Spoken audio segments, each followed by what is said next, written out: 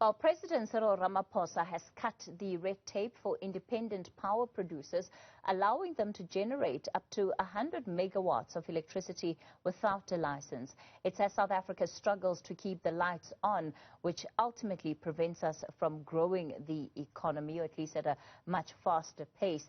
The Council for Scientific and Industrial Research believes that the rolling blackouts have cost the country 338 billion rand over the past 10 years. We're now joined by political economist Mweledzi Mbeki. Mr. Mbeki, good evening to you, and thank you so much for your time tonight. I suppose let's just begin with the latest this afternoon, this announcement by the President that the threshold for independent power production will now sit at 100 megawatts. What do you make of it? Well, I think it's a very good thing that the President and the government have decided to allow industry, because those numbers are not for households. Those are the numbers that industry needs. Mining companies, manufacturing companies, smelting companies. So it's a good thing that the government has at last realized that Eskom is not coming right. And to stop the South African economy from really running the losses that you have just mentioned by CSIR, that the economy the private sector must be allowed to solve its electricity problems itself, while the government does whatever it does with Eskom to try and find a solution. It's taken the government a very long time to try and find a solution. So I guess they now realize that since when 2008, I think that's when the load shedding started, that 12 years later, 12, 13 years later, there is still no solution. My power was cut this afternoon between 2 and 4. So there is still no solution. So industry must find its own solution. So I think this is a good decision by the government. What you're highlighting, Mr. Mbeki, is the fact that over a period of 13 years, where power stability has largely been, questionable, we probably could have gotten to this decision much sooner, because industry has been calling for it for a long time, albeit not even at the scale that the President has approved today. Oh, yeah, absolutely. This should have been done,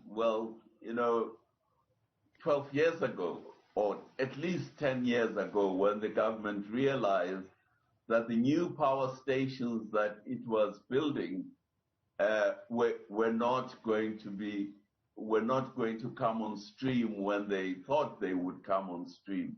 They should have then opened up for independent power producers to supply industry, but also, of course, for green energy, independent power producers to supply the Eskom grid.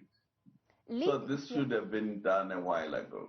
Leading up to this moment, and in particular where energy supply is concerned, we've had different types of plans, even if we just look back over the last 3 years, plans, interventions of how Eskom is going to be turned around. It's hard to keep up with all of it, really. But do you think that this announcement today, in some part, also acknowledges the fact that government has largely failed in turning Eskom around, and that it could still be a while before they're able to do that? Well, it is an admission by the government that they are not really able to solve this problem. The ANC government inherited these mega state-owned enterprises like Transnet, like Eskom, like Telkom, and really they were always way beyond the management capabilities of the new government. They should have found a solution, a more intelligent solution, and acknowledged their own limitations instead of trying to manage these institutions, which they have never managed before and they don't have the critical mass in terms of skills, in terms of their cadre deployment agenda. They don't have the critical mass of the skills to run large organizations like Eskom. I mean, Eskom is the largest company in Africa. So you are not, in terms of assets. So you are not talking about Mickey Mouse companies here. You are talking about giant corporations. Eskom probably, if it were a private company, would probably be in the Fortune 500. So for people coming from exile, coming from Robben Island, to suddenly think they can run a Fortune 500 company, I think it was asking for too much. Mr. Mbeki, there are those who make the argument that the power crisis that we are facing, as was the case perhaps to some extent in 2008, has been self-created to enable a pathway where government can procure different services on an emergency basis, such as coal at double, maybe even triple the price, or even the introduction of the car power ships. What do you make of that argument that says this crisis we are in is being exacerbated in order to fulfill certain agendas of people who may stand to benefit from this situation? I don't think so. I think that is a bit too much of a conspiracy theory. For a starter, I don't think the government knew what the extent of the challenge that it faced. So for sections of it to have started conspiring, I think would have been expecting too much. No, I don't think there was any hidden agenda. It's just that the government really overestimated its own capabilities, and this is where we find ourselves as a result of that. It still hasn't solved its own capabilities, and business has been saying to them, sort out the capacity of the state before you think you can run large corporations like Eskom. But of course, the government doesn't want to privatize these institutions, which it is unable to run anyway. Let's take a look at just this past week where we had the release of the latest GDP figures. They've come in slightly better than what was expected. Perhaps your own reflections on our economic recovery for the rest of the year? Well, South Africa, the South African economy has become an appendage, really, of the Chinese economy. All these figures that are bandied about how well we're doing is more to do with the minerals that China is buying from South Africa. The iron ore China is buying, the price of iron ore has gone through the roof. The price of coal has gone through the roof, of diamonds, of platinum, of gold, and all those things. So the South African economy in real terms is an appendage of the Chinese economy. And when the prices go down for these minerals that China buys so much of, or they find a different supplier, then our growth rate collapses. The reality about South Africa is that we don't have the investment, the necessary investment that we need in order to create jobs. That is not happening.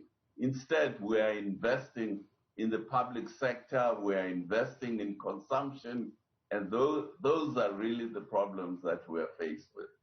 This comes, of course, during a period where President Cyril Ramaphosa has been, quite active in trying to get foreign investment into South Africa, different campaigns that we've seen since his term in office. Do you think that those are bearing the right kind of fruit, of course, COVID-19 and some of the impact notwithstanding? Well, I think you would be a very naive foreign investor if you would go and invest in a country that says, if you build a factory in my country, I will take over the land on which you build your factory, without compensation whenever I feel like it. So there are so many issues about South Africa which have to do with our whole mindsets of the government and the interventions and the various infighting within the ruling party that actually make it very difficult for investors to invest in South Africa because there's so much unpredictability about the policies of the South African government. Today, they will expropriate land without compensation, and who knows what else will they expropriate tomorrow. So there isn't likely to be any major investment in South Africa.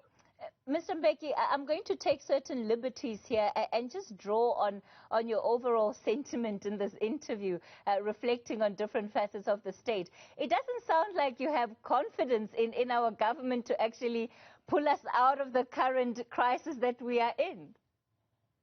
Well, you know, the government has been advised so many times by people who know how business works and what investors need to know, but it doesn't pay any attention. It has been advised about policy certainty by the business community in South Africa. It has been advised about the question of inequality, the question of crime, the question of uneconomic state-owned enterprises that they must be shut down or sold off. All this, the government doesn't pay any attention. So would you have confidence in somebody like that? Mr. Moeletsi Mbeki, let me thank you so much for your time. He's a political economist weighing in just on the state of the country and I suppose his own expectations for what the future might look like for the country, at least in the short to medium term.